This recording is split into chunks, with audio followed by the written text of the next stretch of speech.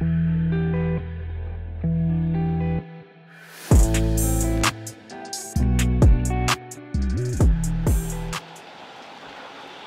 bienvenue chez Line Up, je vous en prie, bienvenue.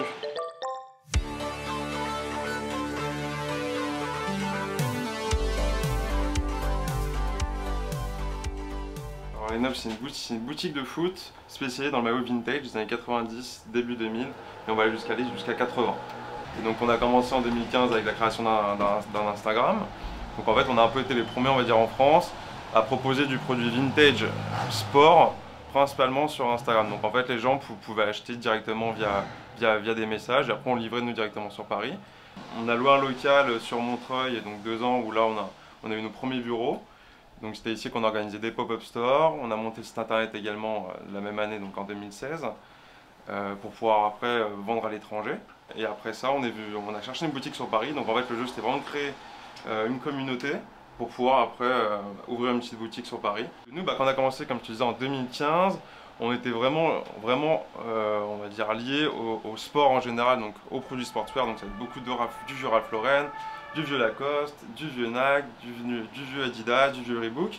Donc ça marchait plutôt bien. Et donc on a commencé comme ça, on s'est fait connaître grâce à ça, on a créé notre communauté avec cet univers.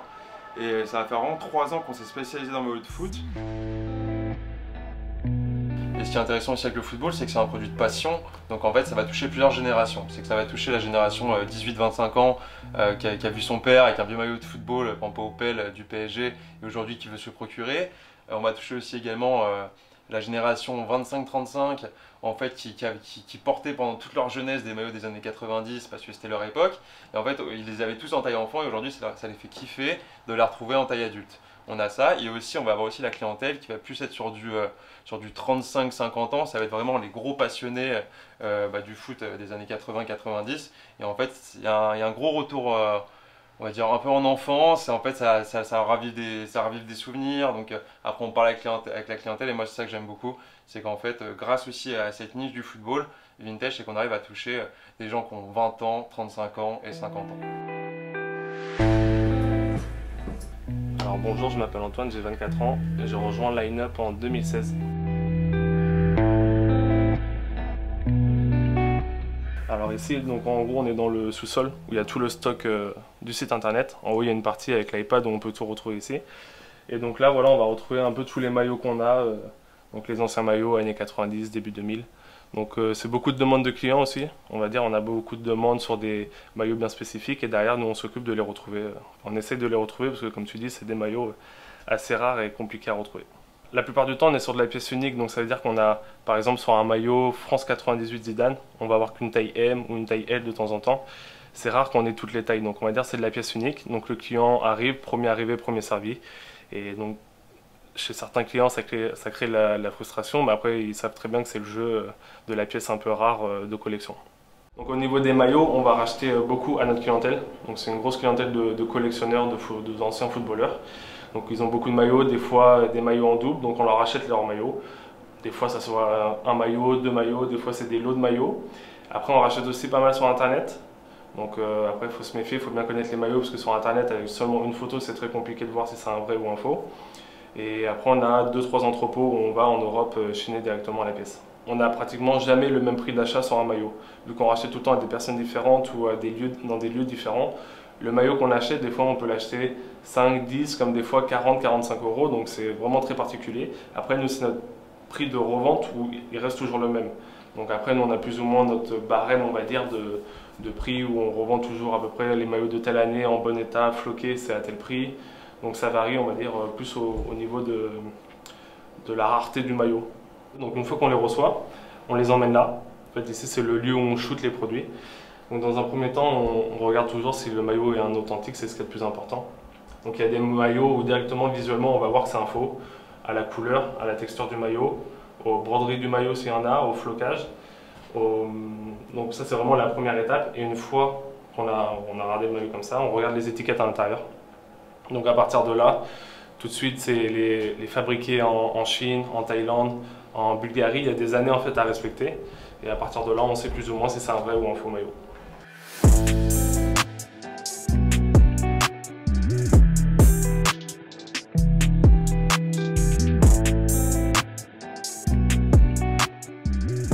Après, sur certains produits, on est proche du luxe par rapport au prix, parce que c'est vrai qu'il y a des maillots, ils sont tellement rares qu'on avoisine les 200, 300 euros.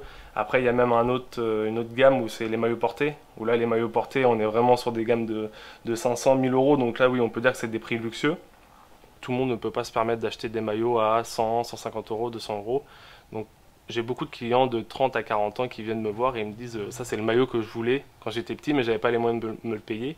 Ou alors ils avaient le maillot en étant petit et aujourd'hui ils veulent se le reprocurer. Donc c'est vrai qu'on a beaucoup de personnes comme ça qui viennent et qui sont un plaisir un peu de jeunesse, qui ont gardé ce rêve dans le coin de la tête. Ils rachètent le maillot, par exemple Henry, le dernier maillot de Highbury ou des choses comme ça. Les maillots des années 90, début 2000, c'était pas les mêmes matériaux qu'utilisés aujourd'hui. Donc là on a des maillots qui datent d'il y a 30 ans, 40 ans. Aujourd'hui, les nouveaux maillots qui sortent, en termes de durée dans le temps, ils sont beaucoup moins efficaces, on va dire, que les anciens maillots. Là, on a des maillots des années 90 qui sont impeccables. Moi, j'achète des maillots chaque année. Au bout d'un an, le maillot, déjà, il perd sa couleur ou autre. Donc, ce qu'on faisait à l'époque était beaucoup plus comment dire, tenace dans le temps, quoi.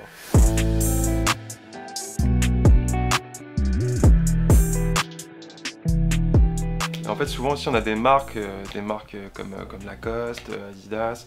Et on a eu récemment Supreme qui est passé à la boutique. En fait, donc ils vont venir à la boutique, ils vont regarder un peu les pièces d'archives et ils vont se les procurer pour s'inspirer en fait sur leur prochaine collection. Donc il y a ça aussi qui est très intéressant, parce que ça nous permet de rencontrer on va dire des marques assez connues de renommée. Donc nous, ça nous fait plaisir d'être reconnus pour ça. Et donc c'est assez intéressant parce qu'ils vont vraiment piocher dans les archives. Tu sais, par exemple, ils vont prendre, je sais pas, on va dire par exemple, ils vont avoir une collaboration par exemple avec Umbro prochainement. Ils vont venir voir tout ce qu'on a proposé dans les années 90 sur le Umbro. Ils vont acheter plusieurs pièces, ils vont prendre des détails, que ce soit pour l'imprimer du maillot, le col, par exemple les encolures, les bords-côtes. Et donc ça c'est très intéressant aussi pour nous parce qu'on a aussi ce côté-là, un peu de recherche d'archives sur le produit d'époque, et c'est ça qu'on aime aussi beaucoup avec ce métier. Donc il y a un côté aussi très, comme tu dis, gardien du temple, très nostalgique, parce que comme tu peux le voir, on a beaucoup de goodies. C'est qu'en fait, on a l'impression qu'on n'a pas grandi depuis les années, mais c'est qu'en fait, on revient à des choses, on va dire, un peu essentielles pour nous, qui étaient un peu les plaisirs quand on était plus jeune. Donc c'est ça, c'est un côté très ludique là-dedans, et c'est ça qu'on aime aussi, c'est le côté très archive. C'est qu'en fait, il y a toujours des choses en fait très intéressantes qui ont été faites dans le passé. Et en fait, on se rend compte aujourd'hui, c'est que beaucoup de gens en fait s'imprègnent du passé pour recréer aujourd'hui. Donc c'est bien d'avoir les références d'époque, moi je trouve.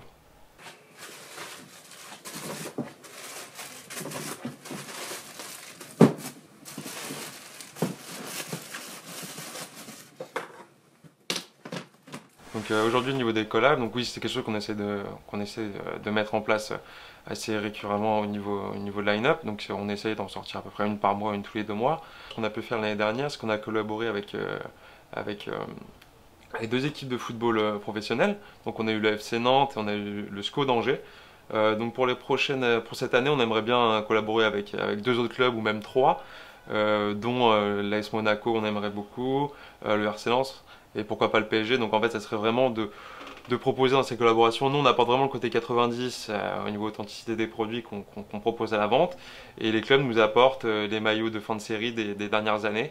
Et en fait, on va mettre ces deux on va dire, collections des 90 et collections on va dire récentes dans le même thème, et en fait on va aller directement dans le stade, shooter, proposer une vidéo et un shooting photo pour mettre en avant un peu l'histoire du club au niveau des générations, on va dire des maillots qui ont été proposés par plusieurs équipementiers. Et donc voilà, on aimerait bien mettre ça en place. Et aussi, c'est quelque chose qu'on fait pas beaucoup, c'est qu'on démarche pas énormément aussi les gens pour des collaborations.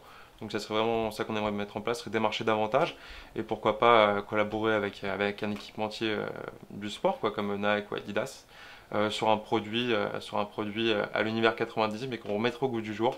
Donc ça serait une belle collaboration qu'on aimerait mettre en place dans les prochains mois.